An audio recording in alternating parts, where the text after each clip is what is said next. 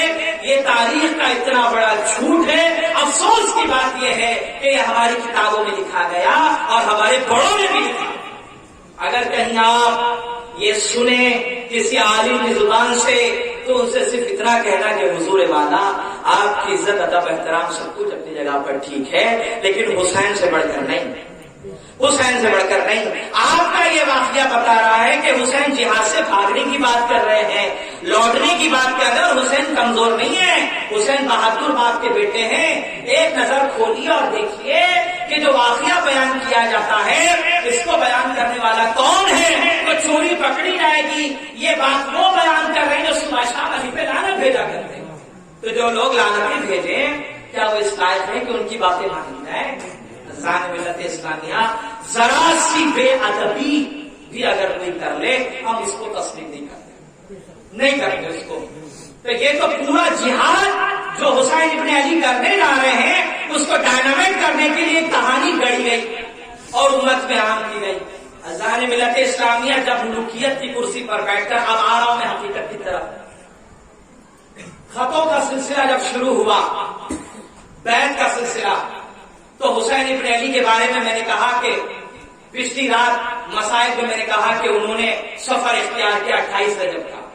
اب ایمانداری سے بتائیے، آپ ہمارے بچے سنیں، یہ پوائنٹ اور نقطہ لے کر جائیں، کوئی علامہ صاحب مولوی صاحب جب آپ کو سنائیں تو ان سے بڑے ادب سے پوچھیے گا، سوال جو آج میں دے رہا ہوں ان سے کہنا حضور 27 رجب یا 28 رجب حسین ابن علی مدینہ چھوڑ دیے، ٹھیک ہے، اور مکہ چلے آئے، اور مکے میں 8 ذی الحج کو انہوں نے پھر یہاں سے کربلا کا سفر کیا، سمجھ رہے آپ؟ 8 ذی الحج کو جب آپ مدینے سے نکلے مکہ آ گئے، اور مکے میں 8 ذی الحج کو جب آپ نے سفر شروع کیا تو شروع کب سفر کیا تھا مدینے سے؟ بولیے، رجب کی 27 تاریخ کو۔ رجب، شعبان، رمضان، شوال، ذوالقعدہ اور ذی الحج کی 2-4 تاریخیں، اور یہ 5 مہینے حسین کیا کر رہے ہیں؟ سمجھ رہے ہیں آپ؟ یہ 5 مہینے حسین مکے میں کیا کر رہے تھے؟ یہ وہ تاریخ کی سچائی اور حقیقت ہے کہ جب کوئی حسین نے یہ 5 مہینے پڑھ لے تو پتا چل جائے گا کہ حسین نے اس جہاد میں شامل ہونے کے لیے کیسے کیسے لوگوں کو خط لکھا، ان کو دعوت دی، مگر دعوت قبول نہیں کی گئی۔ سمجھیں؟ دعوت قبول نہیں کی گئی، اپنے پیروں کو پیچھے ہٹاتے رہے مسلمان۔ اور جب مکے میں حج کا سیزن شروع ہوا، ذی الحج کی 1 تاریخ، پوری دنیا سے اس وقت مسلمان لبیک اللہم لبیک لبیک لا شریک لک لبیک ان الحمد والنعمت لک والملک لا شریک لک۔ یہ تلبیہ پڑھتے پڑھتے پڑھتے جب مکے میں سارے مسلمان جمع ہو رہے تھے تو دنیا نے دیکھا کہ رسول اللہ کا شہزادہ حسین ابن علی عمرہ کر کے حج کا احرام انہوں نے کھول دیا، عمرہ کر کے حج کا احرام کھول دیا، جبکہ شریعت کا حکم یہ ہے کہ حج کا احرام 8 ذی الحج کو باندھا جائے گا۔ اب اگر کسی نے احرام کھولا تو اس کو دنڈ دینا ہوگا، اس کو قربانی دینی ہوگی، سزا کے طور پر اس کو فدیہ کچھ نہ کچھ دینا ہوگا، مگر دنیا دیکھ رہی ہے کہ حسین صاحب شریعت کے گھر میں پیدا ہوئے ہیں، اور حسین جانتے ہیں کہ 8 تاریخ کو احرام کھولا نہیں باندھا جاتا ہے۔ مسلمان لبیک لبیک کہہ کے مکہ آ رہے ہیں، حسین نے یہاں احرام کھول دیا اور اپنے ساتھیوں سے کہا کہ چلو منزل اخیر کی طرف روانہ ہونا ہے۔ دنیا دیکھ رہی ہے صاحب، حسین نے حج نہیں کرتے، حسین نے احرام کھول دیا، مگر مجال ہے کہ کسی نے پوچھا ہو کہ اے ابن رسول اللہ اب تو حج کے دن ہیں، اب حج چھوڑ کے کہاں جا رہے ہیں؟ حسین نے احرام کھول کر پوری دنیا انسانیت کو کعبے میں طواف کرنے والے ہر انسان کو بتا دیا کہ لبیک کہنا عبادت ہے، درود پڑھنا عبادت ہے، نماز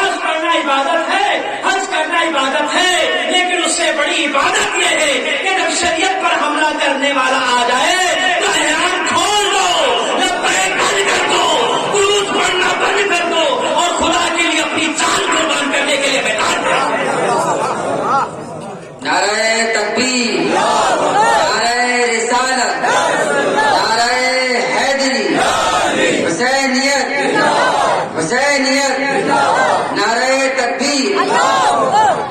ملت اسلامیہ حسین بتا دیے لوگوں کو کہ کیا کر رہے ہو، لبیک اس وقت رہے گی نا جب اسلام رہے گا، طواف اس وقت کرو گے نا جب اسلام رہے گا، زمزم اس وقت پیو گے جب اسلام رہے گا۔ مگر حسین نے بالکل خاموش تبلیغ کی، احرام اتارا، روانہ ہو گئے۔ یہاں کہہ کر میں جملہ کہہ دوں، حدیث صحیح میں آتا ہے، اللہ کے نبی فرما رہے ہیں، آپ نے بھی 10 بار سنا، پھر سے سن لیجیے، حدیث میں ہے، آپ فرماتے ہیں میری اہل بیت نجات کی کشتی ہے۔ سنا نہیں آپ نے؟ میری اہل بیت نجات کی کشتی ہے۔ تو عزیزان ملت اسلامیہ 8 ذی الحج کو نجات کی کشتی لوگوں کے نظروں کے سامنے گزر گئی، لوگوں کے سامنے گزر گئی، لیکن لوگ سمجھ نہ پائے کہ نجات کہاں ہے۔ وہ نجات ڈھونڈ رہے کعبے کے چکروں میں، وہ نجات ڈھونڈ رہے زمزم پینے میں، وہ نجات ڈھونڈ رہے تو چادروں کے اندر، مگر حسین جو نجات کی کشتی تھی خاموشی سے ان کے سامنے سے گزر گئی۔ مگر ہائے رے مسلمان، تو طواف میں مشغول رہ گیا اور حسین نے اپنی جو قربانی پیش کر کے ہمیشہ کے لیے رب کی بارگاہ میں سرخروئی ہونے کیا، نجات کی کشتی اب چلے گئی اور لوگ جو ہے وہ لبیک اللہم لبیک میں لگے رہے۔ خیر کوئی بات نہیں، میں ہمیشہ یہی کہتا ہوں صاحب، تقدیر میں جو لکھا ہے وہ بولو ہو کے رہے۔ اللہ نے 72 شہیدوں کا نام تقدیر میں لکھ دیا، اب نہ تو 71 ہوگا نہ تو 73۔ سمجھے آپ؟ جس صحابی کو لشکر میں حسین کے آنا تھا وہ آ گئے، اب نیا کوئی نہیں آئے گا، کیونکہ اسلام کی حفاظت کے لیے جو قربانی اب حسین دینے جا رہے ہیں اس میں جو لوگوں کی لسٹ بنی ہوئی ہے وہ لسٹ اللہ نے تقدیر میں پہلے سے لکھ دی۔ تو اب مسلمان چاہے کتنا بھی طواف کر لیں، روزے رکھ لیں، حج کر لیں، ان کے مقدر میں بات نہیں تھی، مگر نمازیوں کو اللہ کے شکر کو ادا کرنے کے بعد، ہر نماز کے بعد، ہر سجدے کے بعد، ہر نمازی پر یہ واجب ہے کہ وہ حسین کا شکریہ ادا کرے، اس لیے کہ اگر حسین یہ سفر نہیں کرتے تو جناب نماز کی شکل بدل جاتی۔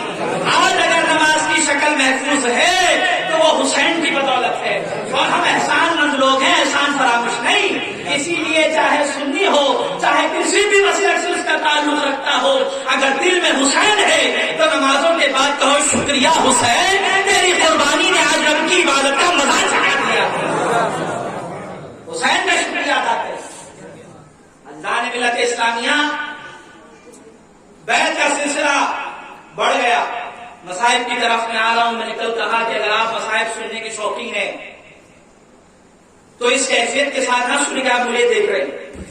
ایک فزیکلی ایک سسٹم ہوتا ہے کہ انسان کا دل دماغ ڈائیورٹ ہو جاتا ہے۔ دیکھیے رونے میں شرمائیے گا نہیں، ایک پوری مجلس انشاءاللہ ایک 10-15 منٹ کی میں بتاؤں گا کہ کون کون رویا اور رونے میں فائدہ کیا ہے۔ وہ آئیں گے انشاءاللہ، بھی تو ہمارا آپ کا ساتھ ہے انشاءاللہ، وکاس ہے۔ کیا خیال ہے آپ کا؟ وکاس کیسے ہوگا؟ انشاءاللہ حسینیت کی لہر میں عروج ہوگا، انشاءاللہ یزیدیت دفن تھی دفن ہی رہے گی، انشاءاللہ آپ کے علاقوں کے اندر کوئی ناسبی کیڑا پھنپھنائے گا نہیں، نہ مچھر بن بنائیں گے، اگر آپ پوری توجہ سے حسین کو سمجھ لیں اور پڑھ لیں۔ اللہ نے ملت اسلامیہ جب بیعت کا سلسلہ جاری ہوا اور حسین نے انکار کر دیا تو جناب حسین نے دیکھا کہ بہت سے خط آ گئے، اور خط لکھنے والے بڑے بڑے لوگ تھے، میں بتاؤں گا سب کے نام، کیونکہ میں نے پہلے کہہ دیا، اور ان کا اسٹیٹس بھی بتا دوں گا کہ کون لوگ تھے۔ یہ نہ کہو کہ کوفی ایسے تھے، کوفی ویسے تھے، کوفیوں نے دھوکہ دیا۔ آج سب کھول کے جاؤں گا انشاءاللہ، سب بتا کر جاؤں گا۔ یہ منہ بند کر دو کہ کوفیوں نے کیا، اگر کوفی کا مطلب یہ ہوا کہ کوفہ کا رہنے والا، جیسے آزمی اعظم گڑھ والا، بستوی بستی والا، سمجھ رہے ہیں آپ، رامپوری رامپور والا، کوفی یعنی کوفہ والا پتا تو چلے کہ بلانا والا مسلمان تھا یا کوئی دھڑ چمار. دنیا کہے گی مسلمان تھا تو پوچھوں گا کہ کس نے بلایا, کون سا مسلک رکھتا تھا. سمجھ رہے ہیں آپ؟ وقت آئے گا, بات آئے گی.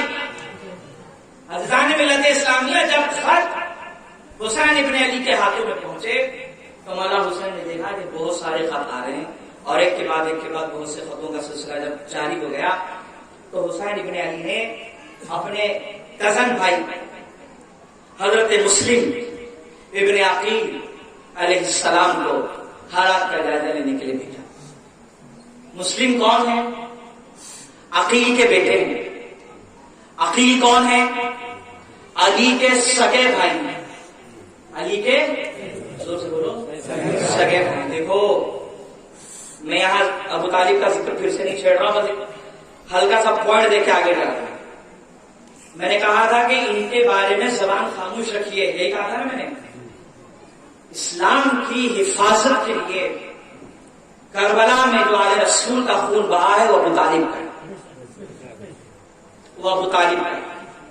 رشتے اگر آپ جاننا چاہتے تو دیکھ لیجیے آپ. مسلم عقیل کے بیٹے, عقیل ابو طالب کا بیٹا, مسلم شہید ہوئے. مسلم کے دونوں بیٹے, باپ مسلم جا کر شجرہ ابو طالب سے ملے گا. سمجھ رہے ہیں آپ؟ اور محمد زینب کے بیٹے, زینب علی کی بیٹی, علی ابو طالب کا بیٹا. سمجھ رہے ہیں آپ؟ حسین علی کا بیٹا, علی ابو طالب کے بیٹے. عباس علی کے بیٹے, علی ابو طالب کے. گھما پھرا کے کہیں بھی چلے جائیے گا, کربلا میں جو خون بہا ہے اسلام کی حفاظت کے لیے, وہ رنگینی جو آپ دیکھ رہے ہیں اس میں ابو طالب ہیں. سمجھ رہے ہیں آپ؟ تو عزیزان ملت اسلامیہ, تو جناب مسلم ابن عقیل علیہ السلام کو مولا بھیج رہے ہیں, جاؤ مسلم جاؤ اور دیکھو. مسلم سمجھ گئے کہ یہ میرے بھائی حسین سے میری آخری ملاقات. دیکھو یہ اللہ والے جو ہوتے ہیں وہ ہم زیادہ جانتے ہیں, انہیں سب سمجھ میں آ جاتی ہے باتیں. مسلم سمجھ گئے کہ یہ ہمارا آخری سفر ہے, آخری ملاقات ہے. اب چونکہ امام نے حکم دیا تھا تو امام کے حکم کی تعمیل میں مسلم پہنچے کوفہ ہے, اور لوگوں نے بہت جوش کے ساتھ آپ کا استقبال کیا کہ حسین ابن علی آ گئے. وہ یہ سمجھ گئے, جوش کے ساتھ استقبال ہوا. اور جب پتا چلا کہ یہ حسین نہیں ہے بلکہ حسین کے بھائی ہیں, مسلم ابن عقیل ہیں, اور حالات کے جائزہ لینے کے لیے تشریف لائے ہیں, تو صاحب لوگوں نے دوسرے دن صبح فجر کے بعد مسلم سے کہا کہ مسلم آپ حسین کے نائب ہیں, حسین نے آپ کو نائب بنا کر بھیجا ہے, آپ ہاتھ آگے بڑھائیے, ہم ہی وہ لوگ ہیں جنہوں نے خط لکھ کر بلایا تھا. اب امام سے پہلے آپ تشریف لائے ہیں تو ہم آپ کے ہاتھ پہ حسین کی بیعت کریں. لوگوں نے مسلم ابن عقیل کے ہاتھ پر حسین ابن علی کی بیعت کی. بیعت کا سلسلہ بڑھتا گیا, روزانہ تعداد بڑھتی چلی گئی, یہاں تک کہ جب 30 سے 40 ہزار کا آنکڑا بڑھ گیا تو جو دشمن تھے انہوں نے خط لکھ کے یزید کی حکومت کو یہ وارنٹ جاری کر دیا کہ دیکھ اب تیری حکومت کو خطرہ ہے. کوفہ میں مسلم آ گئے ہیں جو عقیل کے بیٹے ہیں اور عقیل رشتے میں علی کا بھائی ہے, اور یہ حسین کی بیعت دے رہے ہیں. اگر تو نے اب بھی کچھ نہیں کیا تو تیرا تختہ پلٹ جائے گا, جو حسین چاہتے ہو بات ہو جائے گی.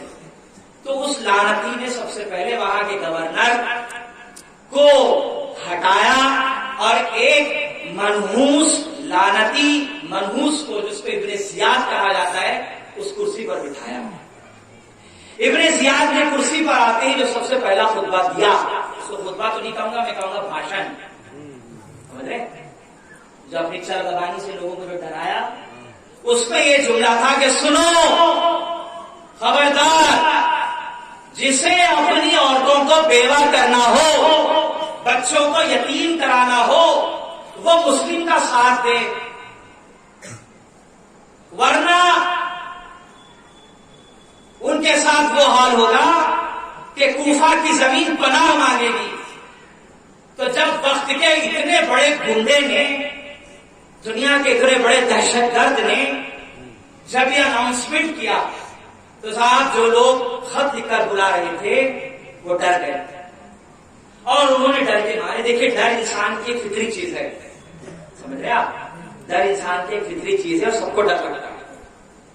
ڈر گئے اور موت کے خوف کی وجہ سے عورتوں نے ان پر پریشر ڈالا, کہا کہ دیکھو چھوڑ دو مسلم کو, کہیں ایسا نہ ہو کہ تم مارے جاؤ اور بیوہ ہو جائیں.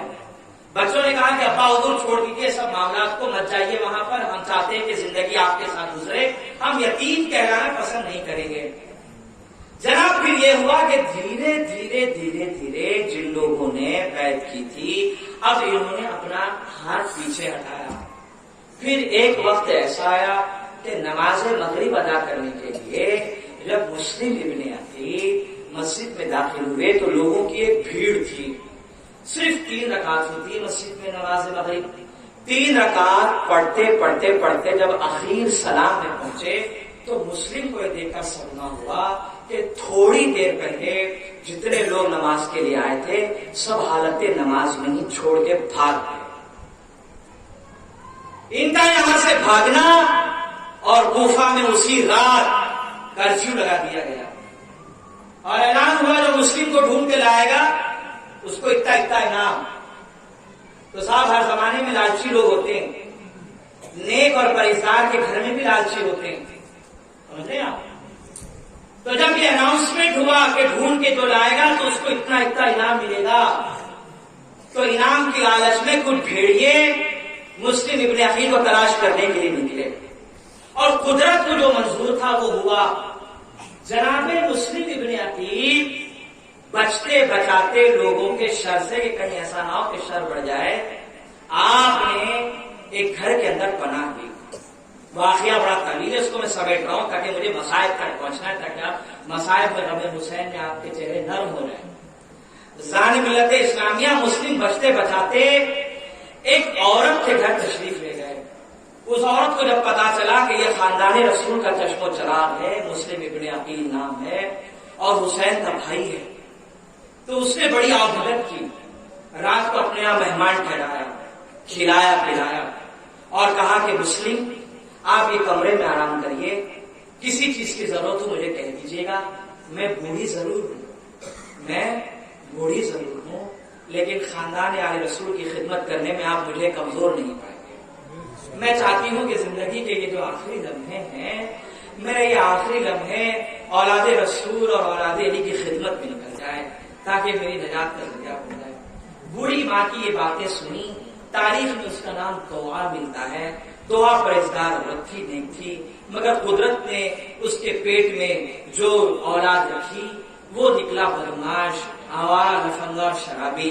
جب اسے اس بات کا احساس ہوا کہ رات کی تنہائی میں کوئی کمرے میں ہے جو راتوں کو اٹھ کر اللہ سے عبادت میں لگا ہوا ہے, مناجات میں مشغول ہے, تو اس نے جب جھانک کے دیکھا کہ کوئی حسین چہرے والا, چمکتے نور والا نمازوں میں سجدے کر رہا ہے, دعاؤں میں مصروف ہے, تو سیدھا اپنی ماں کے پاس گیا. ماں کو اس نے ڈانٹتے ہوئے ظلم کرتے ہوئے کہا کہ سچ سچ بتا یہ کون آیا ہے. ماں ڈر گئی, بوڑھا انسان ڈر جاتا ہے, ظالم کے مقابلے میں گھبرا گئی. اس نے کہا کہ یہ مسلم ہے لیکن سن خبردار یہ غلطی کبھی نہ کرنا, یہ رسول اللہ کا مہمان ہے, یہ رسول کی آل ہے. ہمارے تو بھاگ کھل گئے کہ آج ہمارے گھر پناہ لے رہے ہیں. یاد رکھ شہر میں کرفیو لگا ہے, ابن زیاد کے لوگ اسے ڈھونڈ رہے ہیں. اگر آج ہم نے ان کو پناہ دے دی تو یاد رکھنا یہ تیرے لیے میرے لیے نجات کا سامان بن جائیں گے, تاکہ کل میدان محشر میں جناب زہرا کو تو یہ کہہ سکیں گے کہ یا سیدہ کہ جب آپ کا بچہ چھپتے چھپاتے جب کوئی اسے پناہ نہیں دے رہا تھا تو میں نے اپنے گھر میں پناہ دی.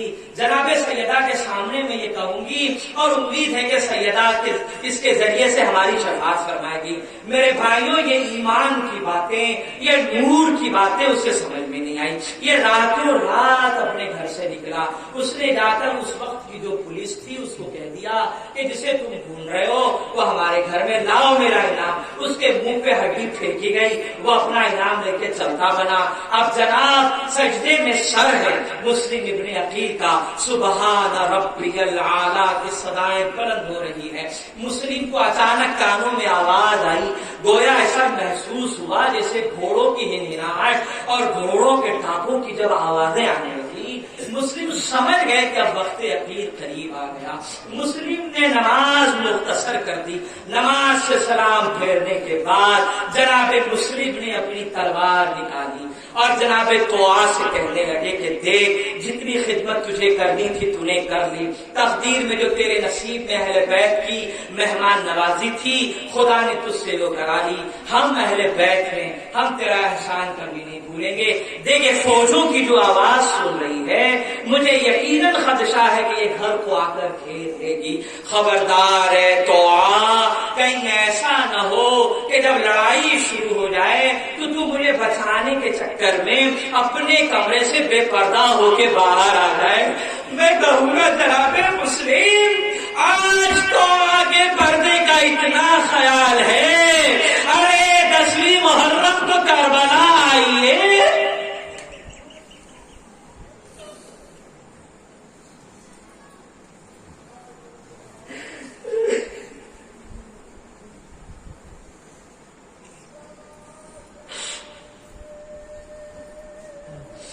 10 محرم کو کربلا آئیے. یہ دیکھیے پھوپھی زینب کی ردا چھینی گئی. ارے جناب ام کلثوم کی چادر سلامت نہیں ہے. مسلم یہ طوع, یہ بوڑھی کمزور, ارے اس کے چادر کا خیال کرنے والے ایک نظر کربلا میں آ کے دیکھیے گا کہ سکینہ کی چادریں کیسی تھی.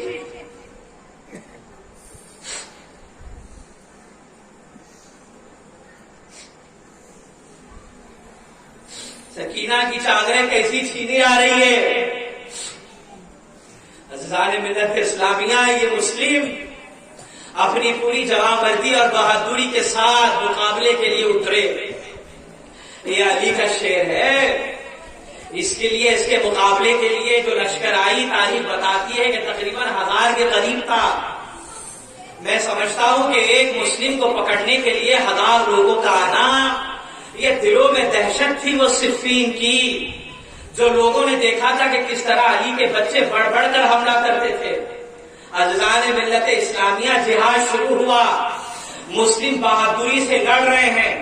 جناب طوع بھی زخمی ہوئی ایک روایت کے مطابق. لیکن جب مسلم کو قابو کرنا مشکل ہو گیا اور بڑی بے دردی کے ساتھ جب دشمن چھت پہ چڑھ کر کوئی تیر پھینکنے لگا اور جناب مسلم مقابلہ کرتے تھے تو لوگوں نے دیکھا کہ اس کو پکڑنا آسان کام نہیں ہے. تو انہوں نے خط لکھا راتوں رات ابن زیاد کو. تو ابن زیاد نے کہا کہ دیکھ یہ علی کی اولاد ہے, یہ ایسی نہیں پکڑی جاتی, ان کو دھوکہ دیا جاتا ہے. عزیزان ملت اسلامیہ, پھر دھوکہ دیا گیا. جناب مسلم کو کہا گیا کہ سنو مسلم, ہم اب لڑائی بند کرتے ہیں, تم کو امان ہے, چلے آؤ. مسلم نے کہا دھوکہ تو نہیں دو گے؟ انہوں نے کہا نہیں, ہم دھوکے باز نہیں ہیں. لیکن جب مسلم آئے تو ایک روایت کے الفاظ ہیں کہ مسلم جیسے ہی قریب ہوئے تو ایک ظالم نے ایسی تلوار ماری. تاریخ بتاتی ہے کہ مسلم کے دونوں ہاتھ, دونوں ہونٹوں کے اوپر ایسا وار لگا کہ جناب مسلم کے ہونٹ کٹے اور خون بڑی تیزی کے ساتھ زمین پر گرا. جب مسلم زخمی ہوئے تو لوگوں کو موقع مل گیا اور لوگوں نے مسلم کو اریسٹ کر لیا. مسلم جناب قیدی بنا دیے گئے اور اس کے بعد دربار میں پیش ہو رہے ہیں. اللہ اللہ, عقیل کا بیٹا جناب مسلم, علی کا بہادر بھتیجا جب قیدی بن کر جب دربار ابن زیاد میں آیا تو مورخین لکھتے ہیں کہ ہاتھوں میں بیڑیاں تھی, پیروں میں زنجیریں تھی, ارے ہونٹ کٹے تھے تو خون بہ رہے تھے. لیکن مورخ کہتا ہے کہ مسلم کی گردن جھکی نہیں تھی, مسلم کی گردن کھڑی تھی. بڑے اکڑ کے ساتھ, بڑی اکڑ کے ساتھ شاہانہ طریقے سے مسلم قیدی ہیں, لیکن پھر دربار میں داخل ہوئے. میں کہوں گا مسلم, آج آپ ایک قیدی ہونے کے باوجود بڑے ہی شان کے ساتھ آپ دربار میں داخل ہو رہے ہیں. لیکن محرم کی جب 12 تاریخ آئی تھی, ہم نے شام کے میدان میں ابن زیاد کو کہنے لگے, شام کے لشکر میں ہم نے سجاد کو دیکھا, ارے اس کے ہاتھوں میں بیڑیاں, ارے پیروں میں زنجیریں, زین جھکی ہوئی تھی۔ اللہ اکبر کہنے والے نے کہا نادان یہ تو نے کیا کہہ دیا؟ جب ابن زیاد کے پاس مسلم آئے تھے تو تنہا تھے، ارے جب یزید کے لشکر میں سجاد پہنچے تو سجاد نے کہا میری کمر جھکی اس لیے ہے کہ پھوپھی زینب میرے ساتھ۔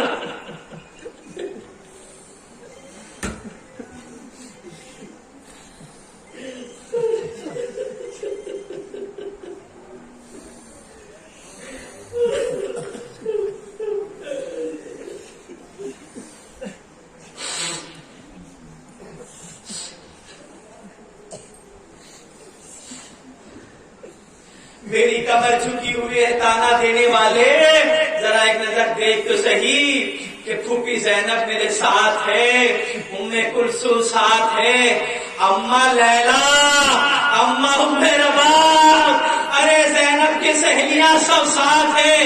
عزیزان ملت اسلامیہ تاریخ بتاتی ہے کہ جناب مسلم کو ابن زیاد کے قریب کیا گیا، ایک کمبخت نے کہا کہ امیر کو سلام کر۔ ابن زیاد کو جب امیر کہا تو مسلم نے پڑھ کر گرجدار لب و لہجے میں کہا کمبخت میرے نزدیک امیر یہ ابن زیاد نہیں، حسین میرے نزدیک امیر ہے، میں حسین کے علاوہ کسی کو امیر نہیں مانتا۔ بس یہ گستاخی اسے برداشت نہیں ہوئی۔ ابن زیاد نے کہا کہ لے جاؤ چھت پہ۔ اللہ اکبر، چھت پر چڑھتے چڑھتے ایک نظر کوفہ کی طرف مسلم نے کیا، کہا السلام علیکم یا محمد اللہ، یا حسین بھائی کا سلام آخری قبول کیجئے۔ اللہ اکبر، حسین محفل میں ہے۔ اچانک حسین نے کہا وعلیکم السلام۔ لوگوں نے کہا حسین سلام کرنے والا نظر نہیں آتا، آپ سلام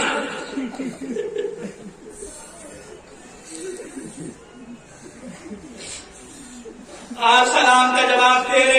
حسین کہتے ہیں کہ ابھی مسلم نے سلام کیا، کہا کہ بھیا میرا آخری سلام، میں نے سلام کا جواب دیا۔ عزیزان ملت اسلامیہ تاریخ بتاتی ہے کہ عقیل کا یہ شہزادہ مسلم ہاتھوں میں زنجیریں باندھے ہوئے دھیرے دھیرے سیڑھیوں پر چڑھتا رہا محل کی، زبان پر استغفار تھا، لبوں پہ رسول پر درود تھا۔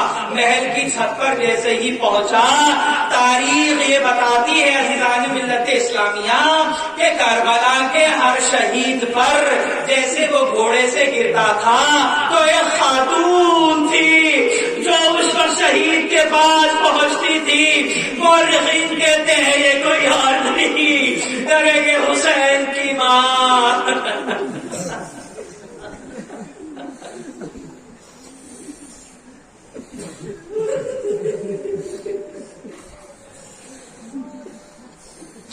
حسین کی ماں ہر شہید کی میت پر پہنچی۔ اللہ اکبر، مورخین لکھتے ہیں کہ جیسے ہی گردن سر سے جدا ہوئی، زمین پر اس سے پہلے کہ گردن گر گئی، جناب زہرا نے اپنی چادر پھیلائی، آئے سیدہ آپ کی چادر پر حسین کے بھائی کا سر، انا للہ و انا الیہ۔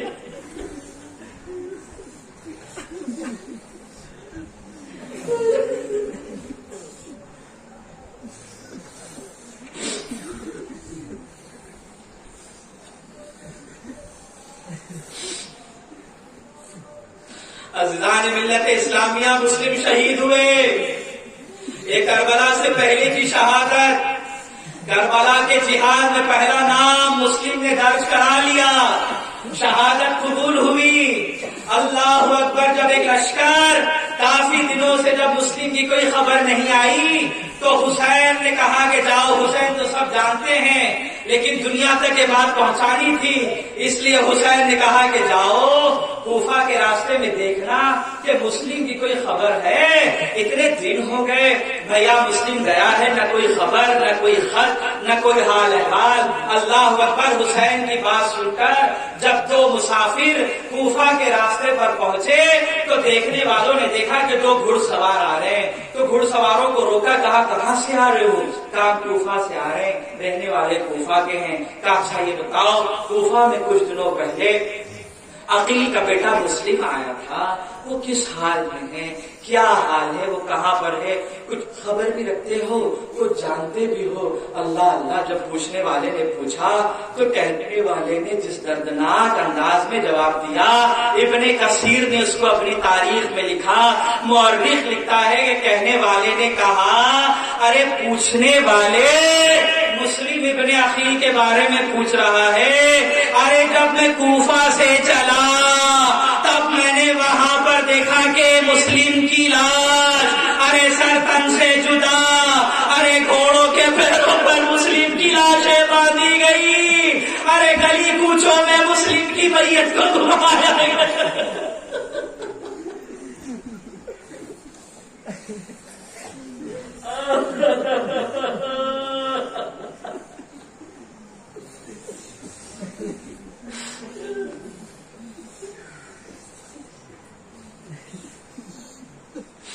گھوڑوں کے پیروں میں ارے مسلم کی لاش گھمائی گئی، اور اس سے بس نہیں ہوا تو چھوٹے چھوٹے بچوں کو ہاتھوں میں پتھر دے کر کہا گیا کہ اسے مارو، یہ حکومت کا باغی ہے۔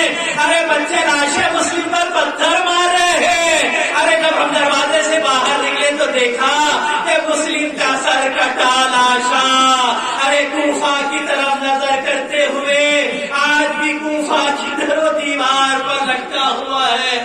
آئے حسین، آپ کی مظلومیت کو سلام، آپ کے بھائیوں کی شہادت کی مظلومیت کو سلام، حسین کے بھائی مسلم آپ کی مظلومیت کو سلام، اجرکم اللہ، الہی ناکوں کو سلامت رکھ جو آگے غم حسین میں بہ گئی، اللہ ان کے چہرے آباد اور شاد رکھ جن کے چہرے غم حسین میں مرجھا گئے۔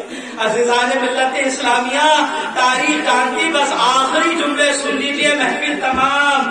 حسین کے بھائی مسلم جب شہید ہوئے، مورخ کہتا ہے کہ وہ دن یوم عرفات کا دن تھا۔ سارے حاجی ارے مکے میں میدان عرفات میں صبح سے لے کر شام تک حاجی ہاتھ اٹھائے دعا کر رہے ہیں، الہی مجھے معاف کر دے، الہی ہمیں جنت عطا فرما۔ 9 ذی الحج مقام عرفہ کے دن مسلم کی شہادت ہوئی، مسلمان حج کرتے رہے، ارے مسلمان طواف کرتے رہے، یہاں حسین کا مظلوم بھائی 10 ذی الحج کو اپنی قربانی پیش کر کے ہمیشہ کے لیے ابدی نیند سو گیا۔ السلام علیکہ یا ابا عبداللہ، السلام علیکہ یا ابن رسول اللہ، السلام علیکہ یا ابن فاطمہ الزہرا، وآخر الدعوانا